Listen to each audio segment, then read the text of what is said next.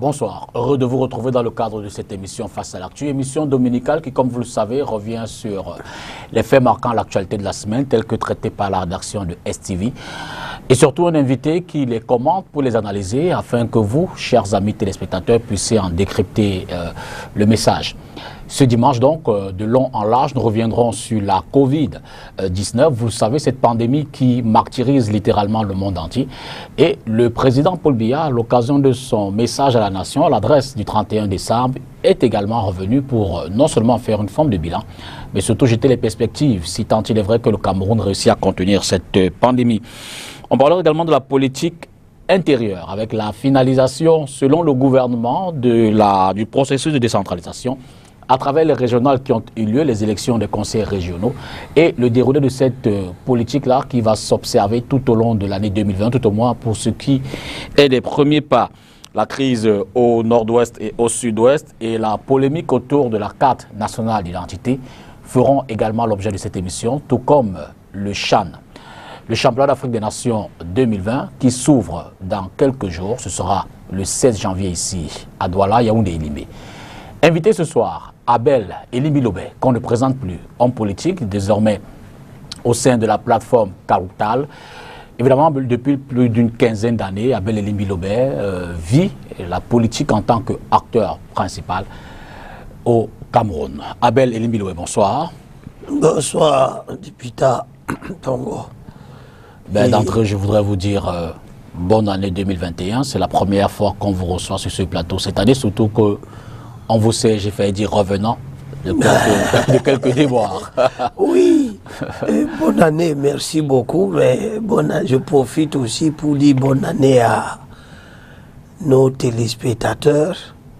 Et oui, je suis un peu un revenant. Merci de toute l'attention dont STV a pu me couvrir à ces moments difficiles. Et je suis debout. Je crois que vous avez beaucoup prié les uns les autres.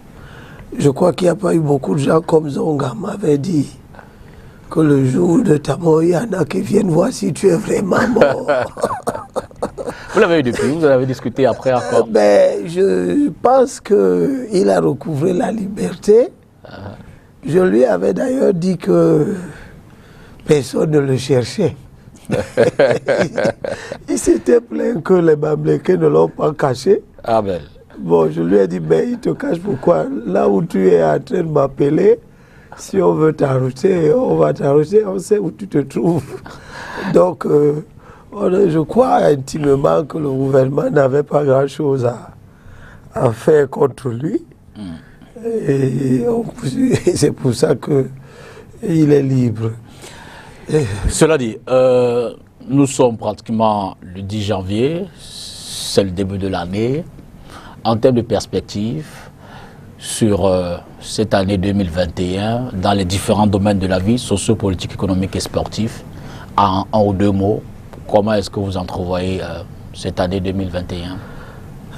Écoutez, vous allez parler tout à l'heure, je crois que vous avez inscrit ça au programme. Nous allons parler de la CHAN, qui est un grand événement pour le gouvernement, parce que le gouvernement s'est battu pour que les conditions optimales soient enfin réalisées. Il y est parvenu.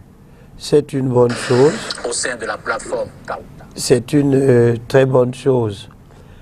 Et je pense que, peut-être d'ailleurs que j'aurais à le redire, si ça ne dépendait que de moi, il ne fallait octroyer l'organisation de tout ce type de compétition qu'à des pays qui sont prêts au moment où ils déposent la demande. Ils ne doivent pas être en train de dire « nous allons construire ». Parce que les États africains vivent des conjonctures tellement variables et tellement aiguës que dire que dans 2 ans ou dans 4 ans, nous allons construire 3, 4 ou 5 ou 6 stades, et ainsi de suite, les hôtels et tout, ça peut être pour beaucoup de pays irréalisable. Cela a été irréalisable pour le Cameroun. Mais en même temps que le Cameroun n'a pas pu être à jour au moment précédemment indiqué, il a mis le temps qui s'est donc écoulé pour se mettre définitivement à jour. D'accord. Et il y est parvenu. On doit féliciter le gouvernement. Organiser une CHAN ou une Coupe d'Afrique est une bonne chose, mais ce n'est pas un impératif catégorique. On ne va pas tuer le gouvernement parce qu'il voulait faire, il n'a pas pu, et que 2 ans ou 3 ans après, il est enfin up-to-date pour pouvoir le faire. Ce qui est sûr, c'est que nous avons maintenant des stades qui sont fonctionnels, nous avons des routes qui desservent ces stades, et globalement, nous avons un équipement hôtelier qui peut abriter les visiteurs de toutes sortes. Donc je pense que le pays peut se réjouir de pouvoir organiser une compétition et même la Coupe d'Afrique qui va suivre. En 2022. Voilà, dans des conditions tout à fait acceptables. D'accord. Ce sera une bonne manière d'oublier les déboires antérieurs. Voilà. Cela dit, je suggère qu'on prenne peut-être le premier reportage de cette émission. Vous le savez, je l'ai dit à l'entrée, Paul Biya s'est adressé aux Camerounais dans un message où il a davantage demandé de continuer à respecter les mesures barrières, les mesures de distanciation pour barrer la voie à la Covid. Nos équipes ici à Douala sont allées dans les rues pour voir si les Camerounais ont véritablement écouté ce discours, notamment les prescriptions autour de la pandémie. Suivez plutôt. J'ai personnellement constaté que la plupart de nos concitoyens ne respectent plus les mesures de protection édictées par le gouvernement. Au moment où, partout ailleurs, l'on constate une deuxième vague de l'épidémie, couplée à l'apparition d'une nouvelle souche du virus plus contagieuse, je vous exhorte de nouveau à porter vos masques, à vous laver régulièrement les mains. Paul Biya semble avoir prêché au désert. 7 jours après l'interpellation du chef de l'État, rien n'a changé. Dans les rues de la ville de Douala, c'est un vent de relâchement qui souffle fort, entraînant presque tout le monde à son passage. La Covid-19, une maladie des Blancs. Le Cameroun a vaincu la Covid, Monseigneur Cléda soigne ça. Autant d'arguments avancés pour ne plus respecter les mesures barrières. Et depuis un bon bout de temps, c'est comme si cette affaire était finie. Voilà pourquoi nous ne sommes plus motivés pour remettre ça, moi particulièrement. Oui, j'ai bien suivi le discours. Mais jusque-là, je dis, la propagande et autres a un peu diminué au quartier et puis dans d'autres médias. Voilà pourquoi nous ne sommes plus motivés à cela. Et puis on ne rencontre pas trop de cas, on entend seulement. Mais le temps que je reste avec ça longtemps, ça m'étouffe. C'est ça qu'il fait. Ouais, il nous aime pas, il m'aime pas plus que moi-même. Déjà, moi, ça me met mal à l'aise. Dans nos mœurs, ça dérange. C'est vrai, la maladie est donc comme ils le disent. Mais moi, il faut vous le dire sincèrement, moi, je n'ai pas encore vu un cadavre de corona à côté de moi. Hein. Oui, je ne dis pas non, mais ce jour, est-ce que lui-même avait le masque, lui-même avait porté le masque? Moi, je pose une question bête. Lui-même avait porté le masque ce jour-là. Voilà. Donc, pour moi, la vie, c'est une question de choix. La vie, c'est Dieu qui la donne. Ce n'est pas important, le masque ne va pas mourir. Hein. Masque ou sans masque, on est appelé à mourir. Pourtant, dans les autres pays du monde, la maladie connaît un rebond inquiétant avec, dit-on, une nouvelle souche du virus qui entraîne une 3e vague de contamination. Loin d'en être épargné, le Cameroun aurait enregistré 1549 nouveaux cas en l'espace de 23 jours, affirmation du ministre de la Communication le 23 décembre dernier.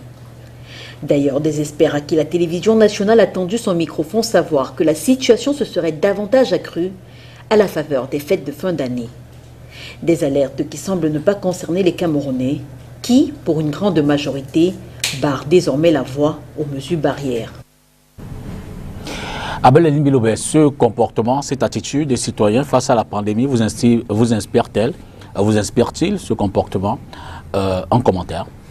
Oui, disons d'abord que l'un de vos intervenants qui joue à être intéressant, et en disant d'ailleurs lui-même, il dit qu'il pose une question bête. Ce n'est pas une bonne chose de poser des questions bêtes. En demandant si le chef d'État lui-même a mis le masque.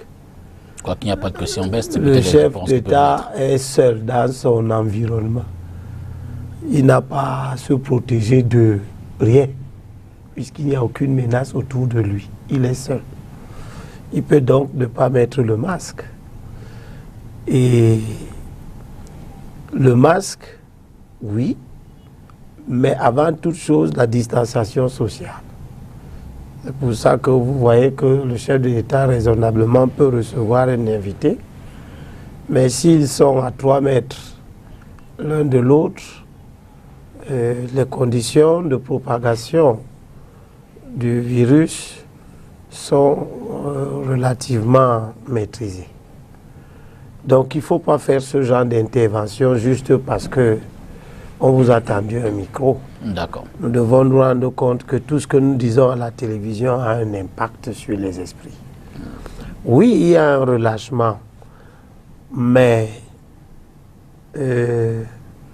j'appartiens à la catégorie de ceux qui, dès le début de cette maladie, au regard de ce que le monde scientifique avait comme outil et la pertinence de ces outils, il m'avait été donné plusieurs fois de dire que nous allons apprendre à vivre avec ce virus.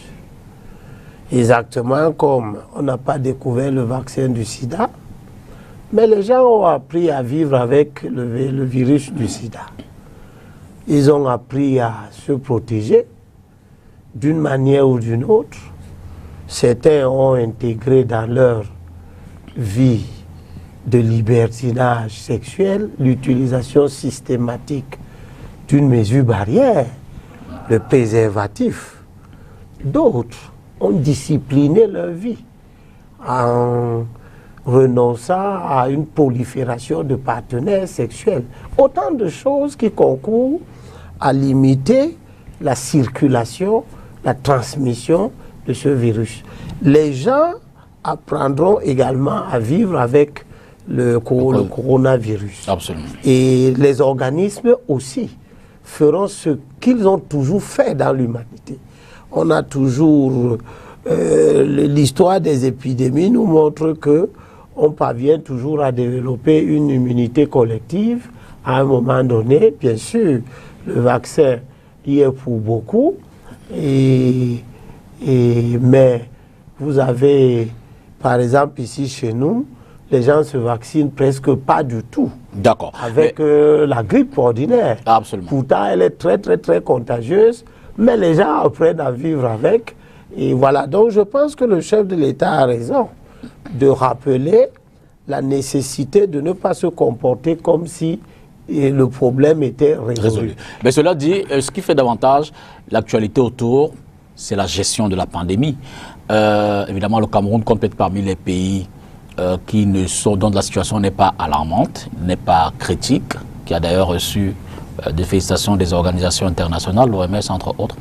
Mais cela dit, sur le plan interne, on a quand même pu voir, pas forcément sur le plan purement technique, sur le plan médical, la gestion de la pandémie, mais dans le mouvement, la gestion des fonds. Vous savez qu'on a mobilisé beaucoup d'argent autour, et d'ailleurs je pense à l'honorable Jean-Michel Nitieux, qui depuis environ 6 mois monte au créneau pour dénoncer comment il appelait ça, ce masque qui couvre la gestion des fonds autour de la Covid, tels que les marchés sont distribués, tels que les fonds sont gérés.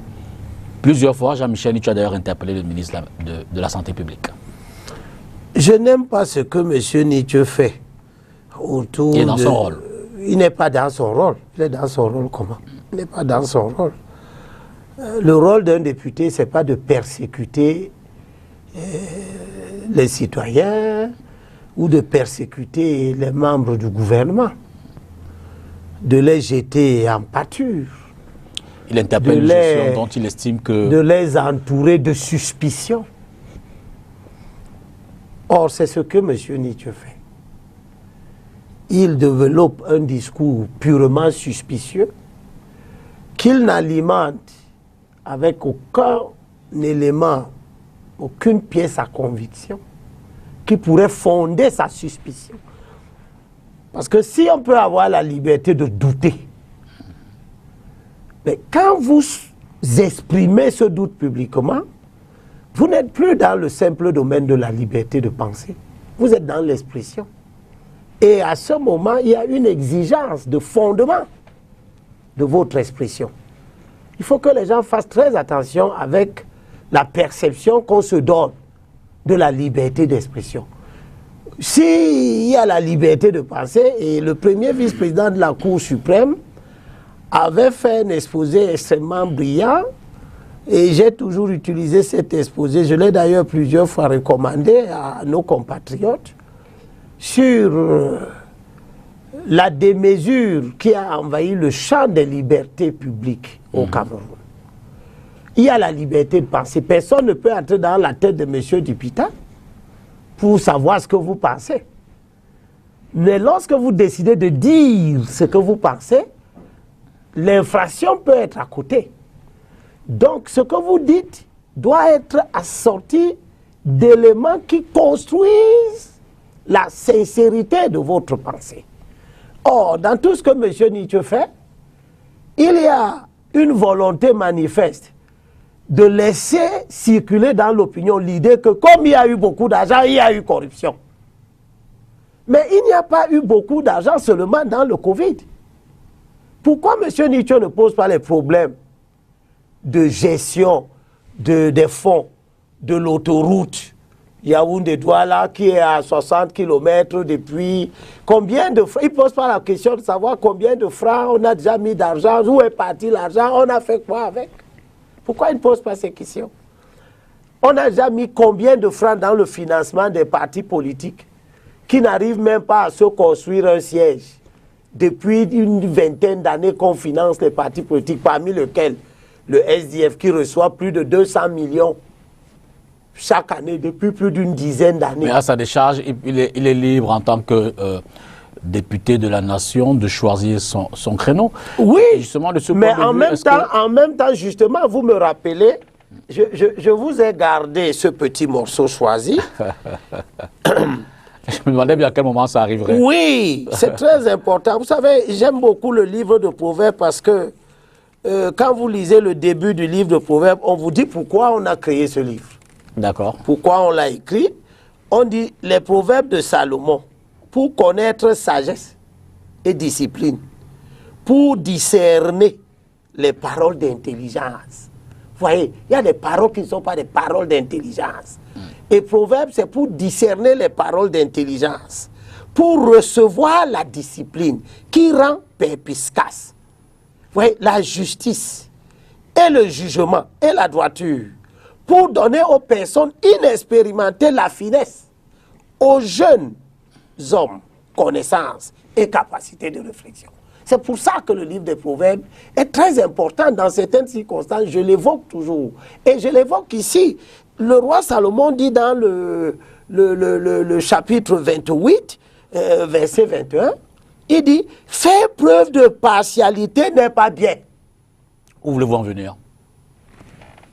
À l'attitude que vous appelez la liberté de choisir le créneau dans lequel il va exercer ses missions de député, qui pour vous serait la liberté de susciter de la suspicion. Il n'y a pas de liberté à susciter la suspicion. La suspicion doit venir des actes dont vous avez la preuve de l'existence et qui vous amène donc à penser qu'il y a quelque chose d'irrégulier. Mais la suspicion ne peut pas être basée simplement sur le fait que le Covid a drainé beaucoup d'argent. Oh, c'est fini, il faut voir. Il y a beaucoup d'autres choses qui drainent beaucoup d'argent pour lesquelles M. Nietzsche ferme sa bouche. En particulier lorsque c'est de l'ordre de son intérêt. Vous voulez dire quoi? Vous voulez dire que vous soupçonnez le député Je suis opposé à cette attitude qu'on veut présenter comme une action relevant des missions d'un parlementaire. Ce que M. Nietzsche fait n'a rien à voir avec le parlementarisme. Comment ça? Ça n'a absolument rien à voir. Il est en train d'avoir un comportement... Le contrôle de l'action gouvernementale. Mais oui, le contrôle de l'action gouvernementale. Il a des procédures, il a des cadres dans lesquels l'action gouvernementale est contrôlée. Le seul fait d'être député ne vous permet pas de vous asseoir dans votre chambre et de dire « Je suis dans ma chambre, je contrôle l'action gouvernementale » en demandant que M. Mahmouda passe devant un tribunal. Ça n'a rien à voir, ce n'est pas ça le contrôle de l'action gouvernementale. Le contrôle de l'action gouvernementale se passe au Parlement pendant les sessions du Parlement. Le contrôle de l'action gouvernementale se passe aussi dans des missions spécifiques que le Parlement peut vous confier en l'espèce. M. Nietzsche n'a reçu mandat de l'Assemblée nationale pour aller faire une investigation de quelque nature que ce soit. Le seul fait d'être député ne vous donne pas. Ce n'est pas parce que quelqu'un est député qu'il va entrer ici dans STV pour venir voir si effectivement vous avez reçu des fonds d'un parti politique ou bien si vous avez fait ceci ou cela. Donc ne croyons pas que quand quelqu'un est député, ça lui donne le droit d'entrer où il veut, n'importe comment. Il y a des missions spécifiques que le Parlement peut confier à ses membres dans des conditions bien particulières. Rien de tout ça n'est rempli. On prend le nom, on prend M. Mahmouda, Malaouda Malachi, autant pour moi, on le jette en pâture pour des choses que si on n'est pas sûr que si on fait une investigation maintenant, Nietzsche aura raison. Mais lorsqu'il n'aura pas raison, est-ce qu'il va réparer le préjudice moral que monsieur le ministre subit du fait de ce climat de suspicion qu'on jette autour de son action?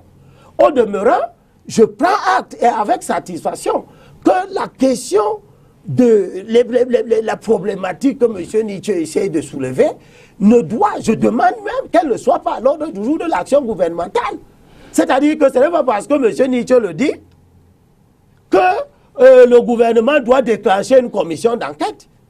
Parce que le gouvernement a des mécanismes de contrôle qui fonctionnent au jour le jour, qui devraient fonctionner au jour le conseil, comment on appelle ça, le contrôle supérieur de l'État, qui doit pouvoir faire son travail. Et tant plus que les fonds sont dans le logement. Voilà. Mais... Et je voudrais terminer en disant que le comportement de M. Nietzsche lui-même, il n'est pas exempt de suspicion. Comment ça? C'est-à-dire qu'il ne faut pas croire que comme lui, il suspecte le ministre, on ne peut pas le suspecter d'être à la tête d'une action qui vise à perturber la sérénité du gouvernement et du ministre dans le but de servir des intérêts occultes. Non, comment ça? Oui, mais parce que, écoutez, j'ai toujours dit, quand vous voyez des gens faire des choses avec autant de zèle, les intérêts sordides. Alors, vous soupçonnez l'honorable Jean-Michel Nietzsche je vais vous dire que c'est de l'intérieur, et lui, Nietzsche doit le savoir s'il ne le sait pas, que c'est de l'intérieur du SDF que sortent des informations sur les motivations de son action, qui n'ont rien à voir avec la recherche de la transparence. D'accord. C'est de l'intérieur du SDF et pas des gens qui ne sont pas d'accord avec sa posture, parce que sa posture ne relève pas des intérêts du parti. Ça ne relève pas des intérêts même de la société, ça relève d'un lobbying. D'un lobbying probablement initié par des gens qui aimeraient bien prendre la place du ministre. Non, ça aussi c'est une lecture trop facile. Non, mais c'est les réalités camerounaises. On sait aujourd'hui au Cameroun que quand des gens visent des postes ministériels, ils organisent qu'une certaine presse à gage se dresse contre M. Dipita Tongo. Vous n'êtes d'ailleurs pas très loin d'être victime d'une presse à gage. L'objet de l'émission qui s'est intéressé à vous. L'objet de l'émission n'est pas moi. De tenue Abel Elibilobé. Je suggère qu'on prenne cet extrait du président de la République, d'ailleurs, qui s'est évidemment, je l'ai dit, exprimé sur la question et qui lui a dit son satisfait quant à la gestion de cette pandémie, tout au moins à l'endroit du personnel médical qui jusqu'ici tient debout dans la gestion de la pandémie. Suivez plutôt. Vous comprendrez, j'en suis sûr, que je commence ces messages traditionnels en vous parlant de l'irruption sur notre planète de la pandémie du coronavirus. À cet égard, l'année 2020 restera certainement dans les mémoires comme une année sombre, marquée par des centaines de milliers de morts à travers le monde. Comme la quasi-totalité des pays, le Cameroun a été touché, peut-être moins gravement que d'autres États. Malgré nos efforts, le Covid-19 a endeuillé de nombreuses familles et provoqué de graves difficultés dans le fonctionnement de notre économie et de notre société.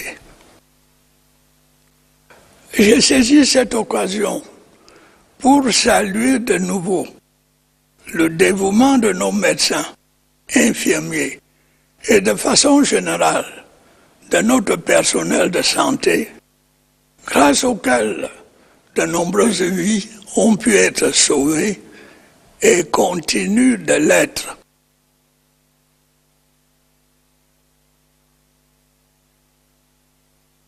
Question. Maintenant, essayons de faire la projection. On parle d'une troisième vague. Du côté de l'Europe, le Cameroun a pris des mesures dès les aéroports, avec le filtrage, la détection, évidemment le suivi de ceux qui seraient positifs à la pandémie. Êtes-vous pessimiste, optimiste pour la suite? Non, moi je pense que, bon, le petit scientifique que je suis, je sais que nous n'avons pas encore maîtrisé complètement le comportement de ce virus. Et en l'état actuel des idées scientifiques qui circulent ici et là, le climat serait un élément relativement protecteur pour nous dans les pays tropicaux. La situation n'est pas seulement assez, disons, satisfaisante au Cameroun. Elle est au Tchad, elle est au Gabon, elle est au Niger et tout ça. On voit très bien que les pays sahéliens, Burkina et tout ça ne présentent pas des conditions critiques comme c'est le cas en Europe, où nous sommes effectivement très préoccupés. Parce que la situation européenne doit nous préoccuper. Ça impacte dans le monde entier. Ça impacte dans le monde entier. Donc, nous savons que le climat est probablement quelque chose qui nous aide. Mais on ne doit pas faire comme si c'était l'affaire des autres dans les autres pays. Donc le gouvernement, à mon avis, jusqu'ici a fait ce qu'il est tout à fait naturel de faire. Contrôler les mouvements des voyageurs. On voit très bien qu'il s'est développé une nouvelle souche qui présente des capacités de contagiosité extrêmement préoccupantes. Bon, donc il faut éviter que les gens qui viennent de Grande-Bretagne où cette variante est apparue et en Afrique du Sud, qu'ils entrent au Cameroun. Je crois que les mesures sont prises dans ce sens-là. Il n'y a pas grand-chose à dire. Il y a que dans certaines situations, il faut que nous ayons le réflexe de laisser le gouvernement faire. De ne pas croire que parce que nous avons un combat politique contre le gouvernement, il faut saisir tout comme opportunité de combat politique pour jeter le gouvernement ou bien le régime à terre. Je suis de ceux qui demandent aux uns et aux autres de prendre des distances par rapport à cette conception de la lutte politique. Donc je pense que le gouvernement est en train de faire ce qui a lieu de faire. Et il n'est pas seul. Tous les autres gouvernements aux environs font exactement la même chose. Et nous avons des résultats à peu près communs, qui sont relativement satisfaisants en l'état actuel des choses, sauf s'il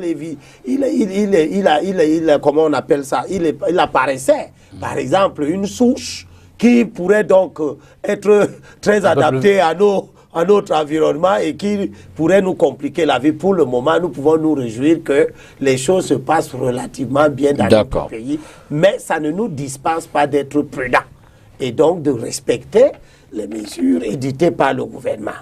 Sortons de la Covid, parlons de la crise dans les régions du Nord-Ouest et du Sud-Ouest, avec cette triste nouvelle qu'on a vécue cette semaine, notamment dans la Momo. À l'issue de l'installation du nouveau sous-préfet, il y a eu une attaque terroriste séparatiste qui a coûté la vie à 5 personnes, parmi lesquelles une civile, une consoeur, la déléguée départementale de la communication et puis 4 militaires, 4 hommes en tenue qui sont tombés. Suivant ce reportage, revenons derrière pour parler de la sortie de cette crise éventuellement. 2 jours, c'est le temps qu'a duré la visite de travail du ministre délégué à la présidence chargée de la Défense dans la région de l'Adamawa, laquelle visite de travail. Sur les antennes de la CRTV Radio, son chef, le délégué régional de la communication pour le Nord-Ouest, l'a décrit comme une passionnée de journalisme.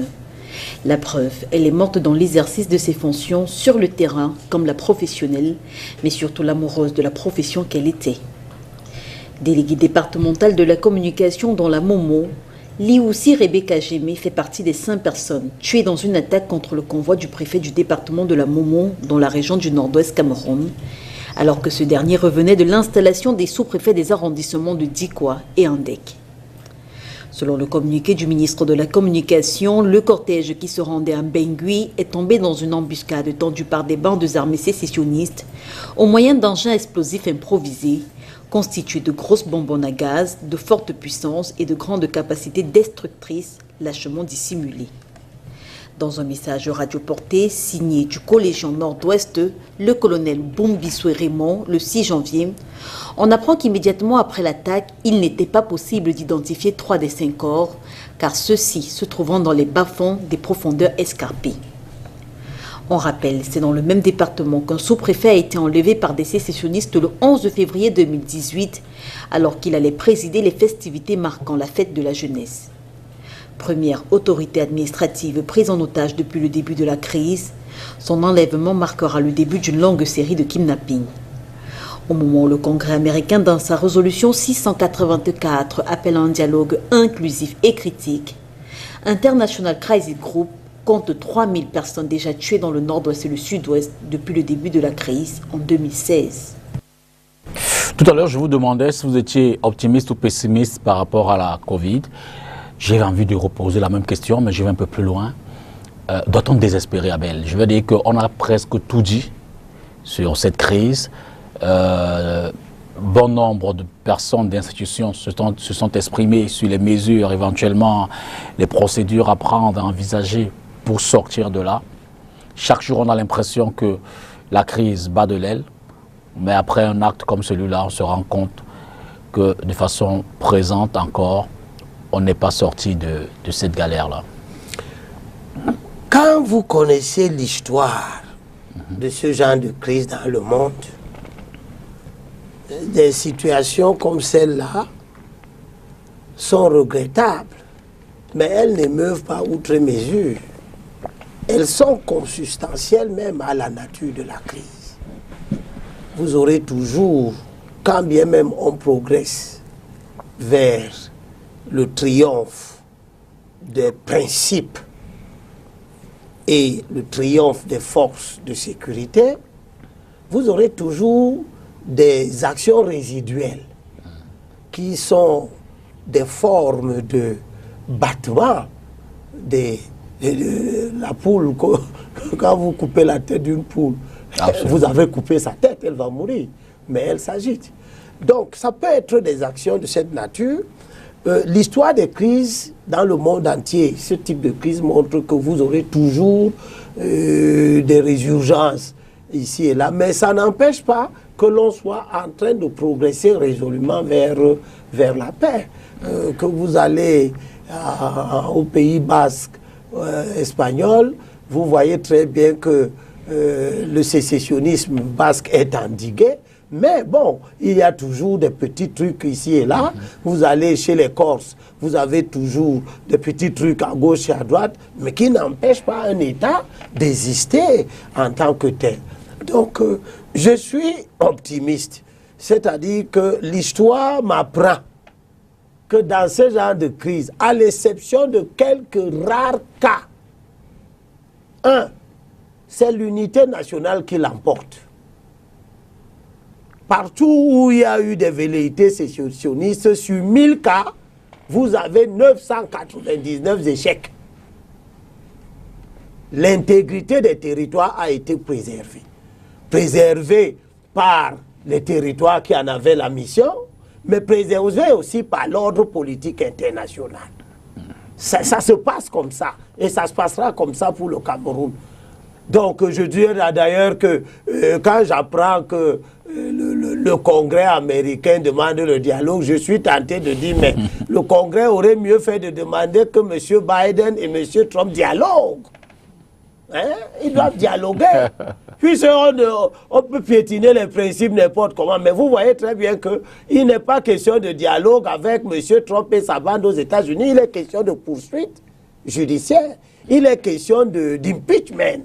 On est sur le point de renverser M. Trump avant même la fin de son mandat. C'est-à-dire que vous avez des gens aux États-Unis qui disent que même comme son mandat finit dans 14 jours là, ce qu'il a fait est suffisamment grave. Il faut le destituer. Ce sera peut-être la première fois dans l'histoire des États-Unis qu'on aura destitué un président à 10 jours de la fin de son mandat. Mais le destituer quand même pour les besoins de la symbolique, etc. On n'est pas en train de dire là-bas qu'il faut négocier avec M. Trump. Et c'est ce Congrès qui vit ce genre de situation qui va nous donner des raisons ici de négocier avec même des gens. Même si la situation n'est pas similaire. Les situations ne sont pas similaires.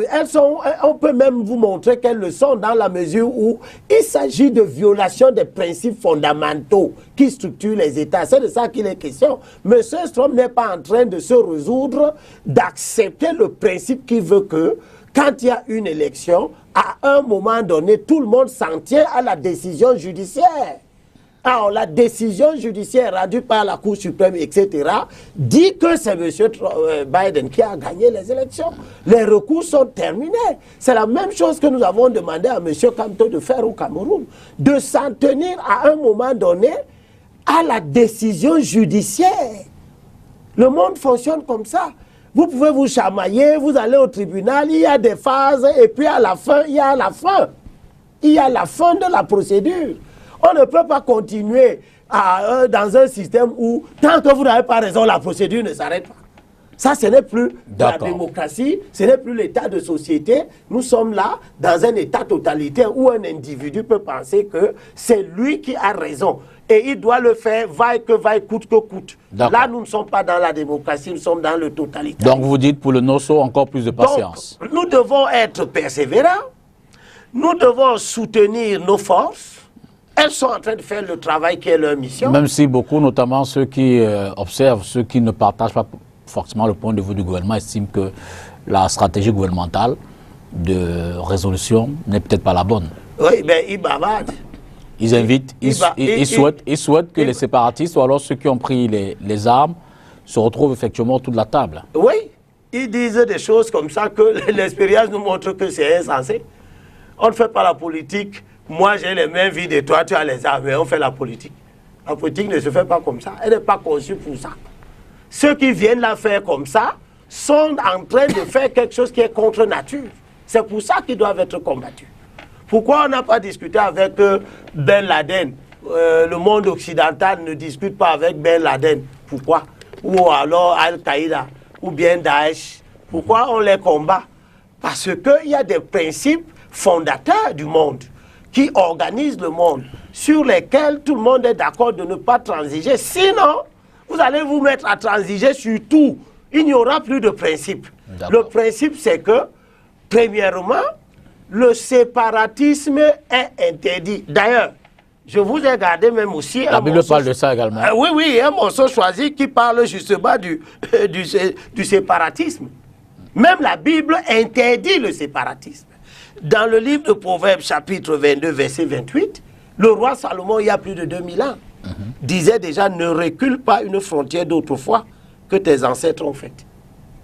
Ne recule pas une frontière d'autrefois que tes ancêtres ont faite. N'empêche qu'à Berlin, en 1945, quand les Occidentaux se sont réunis, c'était justement pour parler de ces frontières. C'est pour ça que quand on a fait donc la Société des Nations, et après l'ONU, et puis après pour ce qui concerne l'Afrique, l'OUA et l'Union africaine, le principe c'est quoi? C'est l'intangibilité des frontières héritées de la colonisation. Parce que si vous voulez revenir tout le temps sur les erreurs de vos prédécesseurs, vous dites que oui, on avait tracé comme ça, on a décidé de ça, mais non, Django Fontaine n'était pas bien, on l'avait trompé, il n'était pas charismatique, blablabla, bla, bla, bla, bla. Vous allez passer toute votre vie à refaire l'histoire.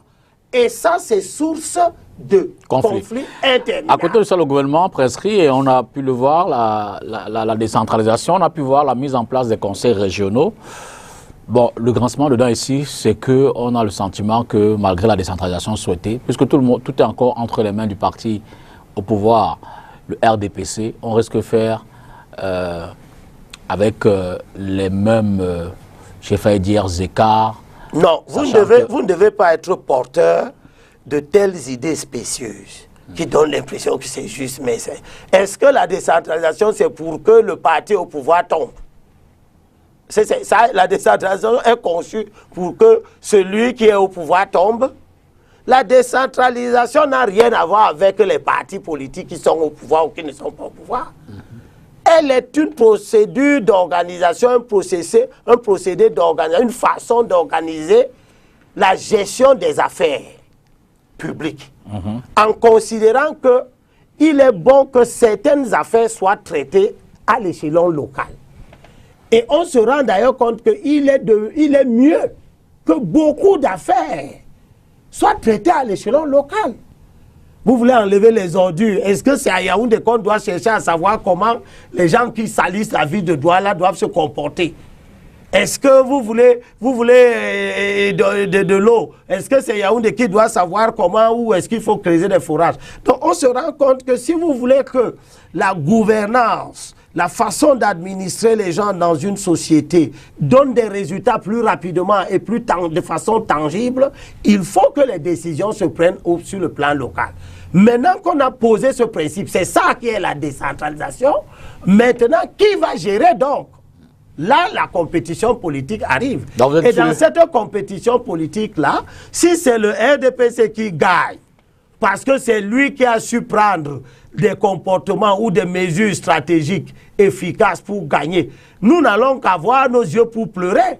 Mais on ne va pas faire un procès. Parce que j'entends ce discours qui se développe dans notre pays depuis un certain temps, où on veut culpabiliser celui qui gagne, en disant « oui, tu gagnes trop ». Oui, mais c'est davantage quand on regarde quand même les résultats de gestion sur le terrain, non? Mais qu'est-ce que ça a à voir? Pas d'électricité, pas de route. Cela voudrait donc logiquement qu'on interpelle le gestionnaire. Vous avez raison. Cela voudrait donc dire qu'il faut chercher à comprendre qu'est-ce qui détermine le choix des électeurs. Nous, ce qu'on a cherché à comprendre. Vous pouvez parler des électeurs en considérant que a priori, ipso facto, ils doivent enlever les gens parce qu'il n'y a pas l'eau et l'électricité. Or, l'eau et l'électricité, c'est important, mais ça peut ne pas être ce qui détermine la décision de l'électeur. L'électeur peut être déterminé à avoir Dipita Tongo ici, parce que Dipita Tongo incarne quelque chose. Même comme il n'arrive pas à donner l'eau et l'électricité, on décide de le maintenir. Et j'ai fait une étude qui a montré justement à Douala 5, sur 382 bureaux de vote en 2013, le RDPC sur les 5 partis qui étaient en compétition est premier dans 320 bureaux de vote. Ça m'a amené à me poser la question de savoir, mais monsieur Dipita, est-ce que c'est les problèmes d'eau et d'électricité qui déterminent le choix des gens? Les gens n'ont pas l'eau, ils n'ont pas l'électricité, mais nous venons en compétition électorale, ils renouvellent leur confiance au RDPC. Cela voudrait probablement dire que nous venons en compétition, oui, il n'y a pas l'eau, oui, il n'y a pas l'électricité, mais nous ne produisons pas des signes rassurants qui amènent les électeurs à dire, si on enlève Dipita, on met Elimbi, il y aura l'eau. Ok. Ça, c'est tout un autre débat. L'autre question que nous avons suivie cette semaine, et cette fois, c'est du côté de Yaoundé, c'est la problématique autour de la carte nationale d'identité. La délégation générale de la Sûreté nationale est montée au créneau au cours d'un point de presse pour s'exprimer sur la question. Pourquoi les Camerounais n'ont-ils pas de carte, ou du moins un bon nombre, se plaignent de leur incapacité à entrer en possession de leur CNI? Voici une tentative de réponse. Le mouvement fait fureur sur les réseaux sociaux. Je veux ma CNI. Il naît des interminables prolongations de dates de péremption apposées sur les récépissés de carte nationale d'identité. De 3 mois en 3 mois, il n'est plus impossible de passer plus d'une année avec son récépissé, document qui à la base devait être utilisé de façon temporaire en attendant la délivrance de sa CNI. Le hashtag lancé, ils sont nombreux sur les réseaux sociaux à adhérer au mouvement, au rang desquels des politiques. Dans un post sur sa page Facebook ce 4 janvier, Serge Espoir Matomba, coordonnateur du PUS et candidat à l'élection présidentielle de 2018, annonce qu'il prévoit de rencontrer dans les prochains jours les autorités compétentes en la matière pour apporter des solutions à ce problème. Une démarche déjà certainement entreprise par l'honorable Rolande Aden-Goïssi, députée de la Nation. Elle qui a adressé une correspondance au délégué général à la Sûreté nationale le 3 juillet 2020 et qui affirme avoir mené une enquête sur la question. Il ressort de cette enquête que 305 157 cartes nationales d'identité sont en attente de production, pour 8 000 en cours de traitement et de nombreuses autres en études, entre autres raisons, double ou usurpation d'identité. En effet, l'une des raisons avancées par les responsables en charge de l'établissement des CNI et qui bloquerait leur sortie seraient les erreurs faites pendant l'identification. Bonne nouvelle cependant, selon un article de Charles Mveng, journaliste, depuis le 2 janvier 2021, la production des CNI aurait été relancée avec en moyenne 10 000 cartes par jour, soit plus de 2 millions de cartes nationales d'identité déjà produites. Reste à savoir ce qu'il en est de la délivrance des passeports, un autre chemin de croix. Hilaire Nganzo est davantage revenu évidemment sur ce mouvement qui est né pour revendiquer ou réclamer les CNI. S'agissant de la conférence de presse tenue à Yaoundé, il faut rappeler que, du moins à sa décharge, la DGSN parle davantage d'un problème de double nationalité, voire triple nationalité, que certains Camerounais d'identité, double ou triple identité, que certains Camerounais détiennent, dont certains Camerounais détiennent. On parle d'environ 3 millions de personnes et si le processus de sécurisation donc a bloqué tout cela et je souhaite que les uns et les autres viennent s'expliquer, se justifier. Bref, il est question d'assainir le fichier. Selon la DGSN, on parle également d'un nouveau process d'établissement de la carte, process, disent-ils, plus sécurisé. Un mot là-dessus, Abel Elimbi-Lobert, sur la CNI. Je n'ai pas de carte d'identité. Vous aussi. Voici un récépissé. Je me suis fait réidentifier. Ma carte n'était même pas encore périmée. Je suis allé quelques jours avant. C'était le 3 mars 2000. Je crois le 3 mars 2020. Voilà, c'était le 10 mars 2020 qu'on m'a délivré mon premier récépissé. Je suis déjà à côté de mars 2021. Je n'ai pas de carte. On vient de me proroger encore jusqu'en juillet. On vient de me proroger là jusqu'en juillet 2000. Vous êtes-vous assuré que vous n'avez pas une double identité, Abel Elimbi-Lobert? Est-ce que quelque part, entre vos classes, vos diplômes, vous n'avez pas changé une virgule sur... Alors, j'entends donc des raisons comme celle-là. Je ne peux pas me satisfaire de ce type de raisons parce que c'est des formes d'incompétence. C'est-à-dire qu'on est dans des situations où tout nous dépasse. On est incapable de produire les épreuves des examens, de les transporter, de les amener dans les centres d'examen en toute sécurité. On retrouve des gens qui ont ces épreuves dehors. On fait des examens, on produit les résultats, on est incapable de donner les diplômes aux gens.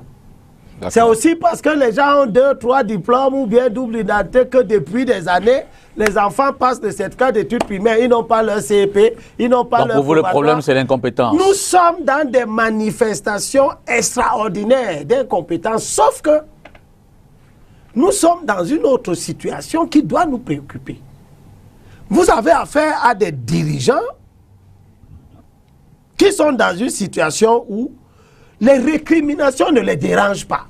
Et c'est ça qui n'est pas supportable. C'est-à-dire que vous pouvez aujourd'hui vous fâcher, tout le monde peut se plaindre qu'il n'y a pas de carte d'identité, etc., etc. Et ça n'est même pas le délégué général. Et c'est peut-être pour ça qu'il a commis son secrétaire général pour s'expliquer, pour expliquer à l'opinion camerounaise. Depuis combien de temps? Et est-ce que le fait que certaines personnes ont une situation compliquée qui mérite examen. C'est ça qui empêche que ceux qui n'ont pas de situation compliquée attendent 6 mois, 1 an. Je vous rappelle que la carte d'identité, dans la bonne vieille époque, c'était en 48 heures. Tu venais avec 2 photos 4x4, ce qui leur a d'ailleurs valu le nom de photo d'identité. Et puis, on enregistrait tous les paramètres, on prenait votre taille, on prenait vos empreintes, et puis on mettait tout ça dans un registre, et on prenait un imprimé, on remplissait, le commissaire signait ça, demain matin, vous avez... En un mot, comment on en sort pour vous? Aujourd'hui, vous avez des ingénieurs informaticiens qui sont capables de vous programmer des processus de contrôle, de traitement de l'information. Vous avez des outils qui sont plus puissants que le cerveau humain, donc des processeurs, etc., des ordinateurs, pour traiter, faire de tous ces calculs-là à la vitesse grand V et qui devraient pouvoir vous donner les résultats immédiatement. C'est avec tous ces outils et tous ces moyens supposés modernes qu'on se trouve dans une situation où on vous identifie aujourd'hui, 1 an, 2 ans après, on ne vous a pas encore donné des cartes. Sous le prétexte que les gens ont des situations d'identité compliquées. Mais s'il y a des gens qui ont des situations d'identité compliquées, ce qu'on peut parfaitement envisager, au regard de l'ancien système qui était assez fluide, pour sortir, on peut comprendre que ces gens-là soient spécifiquement interpellés. D'accord. Mais les autres qui n'ont pas de situation d'identité compliquée, parce que quand vous parlez par exemple de moi j'ai même une situation compliquée. Parce que mon nom s'écrit avec Y à la fin, et un jour les policiers ont commencé à l'écrire avec I. Donc vous comprenez pourquoi on n'est pas au temps. Je voudrais comprendre. Non, c'est pas pour ça que j'ai pas ma carte. Si Ringando le permet, si on peut prendre le dernier reportage parlant du Tchad notamment et cette équipe qui inquiète, s'il le permet. On va suivre ce reportage de Makeda Lady Newton. À côté de l'organisation, évidemment, vous avez commenté l'organisation tout à l'heure, il y a quand même le volet technique. Le Cameroun a organisé le CHAN, certainement pas pour le perdre. Mais à quelques jours de cette compétition, l'équipe nationale A' n'est pas prête. Suivez ce reportage. En ces matchs de préparation pour le CHAN, les résultats produits par les poulains de Martin Tungu-Pilé sont mitigés. 3 défaites, 2 matchs nuls et une équipe qui n'a toujours pas de repères à 8 jours de la compétition. On a quand même un staff qui était là depuis 1 an. On n'a pas compris pourquoi en octobre le ministre des Sports et de l'Éducation physique a décidé de chambouler le staff technique. On voit bien la difficulté dans laquelle se trouve le nouveau staff, qui a du mal, qui est obligé à chaque fois d'opérer des turnovers, de remplacer. Pas plus tard que jeudi, on parlait de 4 nouveaux joueurs dans la tanière. Donc cette instabilité également dans la tanière ne fait pas en sorte que cette équipe puisse avoir une sorte d'allant, une sorte de cohésion. D'aucuns déplorent l'absence du championnat local dû aux querelles entre les dirigeants des instances nationales de football. Non, je ne peux pas coller ça sur le manque de championnat. Ça peut avoir un rôle, le fait de jouer. Mais on a joué combien de CHAN? Le problème se situe au niveau de la crispation, la pression qu'on a mis tout autour. Beaucoup n'ont pas connu cette pression-là. Ce sont des amateurs, il faut le dire. Donc ils n'ont pas connu cette pression, ils n'ont pas joué le très haut niveau. C'est tout le monde qui va avoir un joueur dans l'équipe. Et lorsque le joueur n'est pas appelé, vous avez même des présidents de clubs qui se mettent à insulter les entraîneurs parce que leurs joueurs ne sont pas convoqués. En dehors de quelques joueurs qui se distinguent, aucun compartiment du dispositif camerounais ne donne pour l'heure satisfaction. Pour sortir sur la situation de Cameco, Abel Limbilobé, un nouveau directeur général. Oui, moi je pense que nous sommes là dans la confirmation que ça nous dépasse. Ça nous dépasse, tout le monde a décrié le fait qu'on multiplie les nominations, etc. Et je viens de le dire. Il y a une catégorie de dirigeants qui n'ont pas peur de la récrimination populaire. Les gens font comme si, quand ils ont leur position, parce qu'ils sont ministres de ci ou ministres de ça, même s'ils entendent le son qui vient du pays, où les gens se plaignent d'une certaine façon de faire, les gens continuent dans leur position, dans leur... Et cette forme d'entêtement est diabolique. Pourquoi vous venez, vous avez enlevé ce monsieur-là? Vous avez enlevé Dikoum, pourquoi? Parce que ce qui se passe après vous montre très bien que les raisons pour lesquelles on a enlevé tous les autres prédécesseurs étaient des raisons fallacieuses. Et à partir de ce moment, celui-ci qu'on vient de nommer, mais ne soyez pas surpris que vous allez m'interviewer demain, qu'on l'a aussi enlevé. Puisque les gens n'ont pas peur. Tout le monde de rotation, 1 an. On n'a pas peur de l'enlever. Pour rien. On n'a pas peur de ce que le pays va dire. On n'a pas peur de ce que les hommes politiques vont dire. On n'a pas peur de ce que la presse va dire. Bien sûr, ce n'est pas la presse et autres qui gouvernent. Mais l'opinion compte dans un pays. Il faut que les ministres qui sont en charge des affaires écoutent comment leurs agissements impactent dans la société. Comment vous croyez que vous pouvez nous faire croire que vous allez faire marcher cette société avec une telle instabilité dans la conduite des affaires, avec des décisions farfelues? Hier, vous avez pris un ancien PCA, vous en avez fait un directeur général. Maintenant, vous découvrez que ce n'est pas bien, vous l'enlevez. Mais celui que vous avez mis là maintenant, il était dans le sillage. Merci, il était dans l'affaire. Abel Elimulobert. C'est avec vous qu'on termine cette semaine dans l'analyse de l'actualité sur nos antennes ASTV. Vraiment, merci de vous être consacré à cette émission. C'est moi qui vous remercie. J'avais jamais été à cette émission. Face à l'actu, voilà, je pense que ça ne dure pas beaucoup. Environ 6 mois, date de juin. Juin 2020. On a fait 1 heure de temps. Oui, déjà. Ah bon? Il y a tellement de choses à dire. Bon, nous on dit l'essentiel. Voilà. Merci beaucoup de m'avoir invité et bonne année à votre personnel et à vos téléspectateurs aussi. Évidemment qu'on vous retrouvera sur d'autres plateformes ici à STV. Merci à vous également à la maison d'avoir regardé à nouveau cette autre édition de Face à l'actu. Demain, c'est lundi d'avance. On vous souhaite une excellente semaine. Bonsoir.